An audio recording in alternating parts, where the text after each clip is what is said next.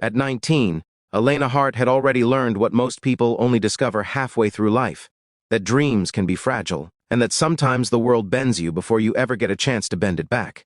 She lived in the dusty outskirts of Windridge, a small western town where everyone knew everyone's debts, secrets, and scars, and where her father's sickness had reduced their once proud ranch to a fading memory. Each morning she'd wake to the smell of dry hay mixed with old memories and walk past a house full of unpaid bills, while her mother's tired eyes pretended not to notice her growing fear of the future. Then came the day that changed everything, the day two black trucks rolled up the dirt road, carrying the men who served William Kane, the reclusive millionaire cowboy rumored to own half the county and every politician in it. Kane was 42, widowed for 10 years, powerful enough to buy silence, and feared enough that no one refused him. Elena had seen him only once as a child, the night her father told her to run inside when Kane rode past their gate with 2 horses and a rifle slung over his back. That man was born in thunder, her father said. She never forgot it. So when Kane's men stepped out of those trucks and handed her mother a sealed envelope, Elena felt the air thicken around her, as if the land itself knew what was coming. Inside the envelope was an offer disguised as an opportunity, but shaped like a trap. William Kane wanted to marry Elena, immediately.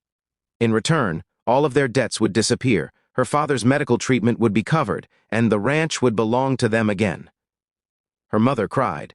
Her father protested weakly from his bed, but Elena saw the truth in their trembling hands. They had run out of choices. She spent the night staring at the ceiling, listening to the creaks of the old house, wondering how a life can be stolen without a gun being pulled. The next morning, before dawn touched the sky, she walked outside and watched the horizon burn orange, telling herself she would endure whatever came next, not for herself, but for the people she loved. When she arrived at Kane's sprawling estate for the wedding, the town had already gathered, buzzing with rumors and jealousy. His ranch was more like a kingdom, endless acres of golden fields, stables filled with prize-winning horses, and a mansion that towered over everything in silent authority. William Kane stood at the altar in a dark suit, handsome in a rugged, intimidating way, with eyes that seemed to see through every lie a person could tell. He didn't smile, he didn't soften, he simply watched her with a gaze that felt too heavy for a 19-year-old girl who had never even had her first real kiss.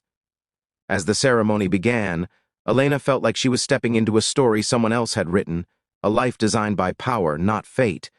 The vows were spoken with steady voices, hers trembling, his unshakable.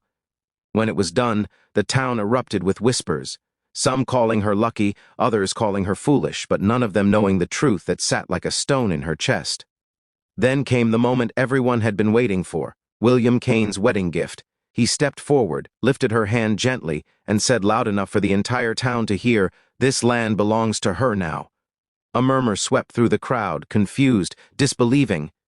He handed her a thick file, not a deed to the ranch she grew up on, but something bigger, something no one expected. He had signed over his entire estate, every acre, every horse, every bank account, every company, to her. The crowd froze. Her mother gasped. Her father, who had been wheeled to the front by neighbors, covered his mouth in shock. Elena stood there numb, holding a fortune she never asked for. William looked at her with unreadable calm and said, "You are not here because you were forced. You are here because I choose to give you a life where no one can ever own you again, not even me." The town erupted. People shouted questions, rumors exploded like fireworks, and even the pastor stared in disbelief. Elena couldn't process any of it. She felt her knees weaken as the weight of his gift, his power, shifted onto her shoulders. Why would a man like him give away everything? What was the price she hadn't discovered yet? As Kane guided her inside the mansion, whispers followed her like shadows. Some thought he had gone mad. Some believed he was trying to buy her loyalty. Others whispered darker theories.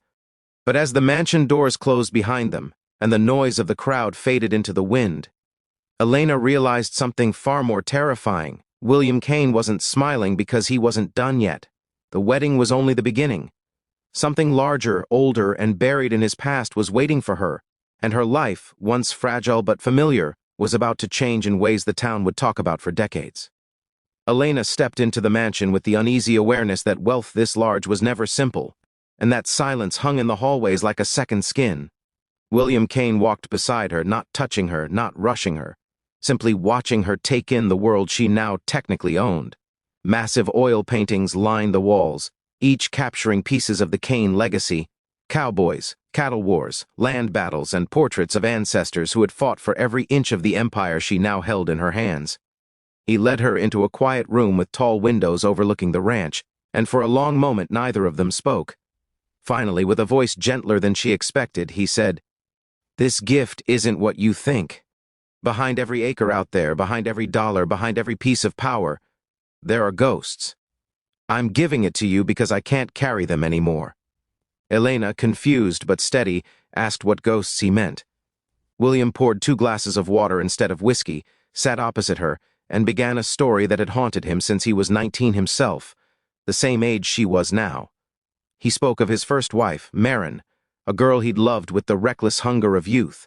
They had married under a sky too blue to warn them that tragedy was near.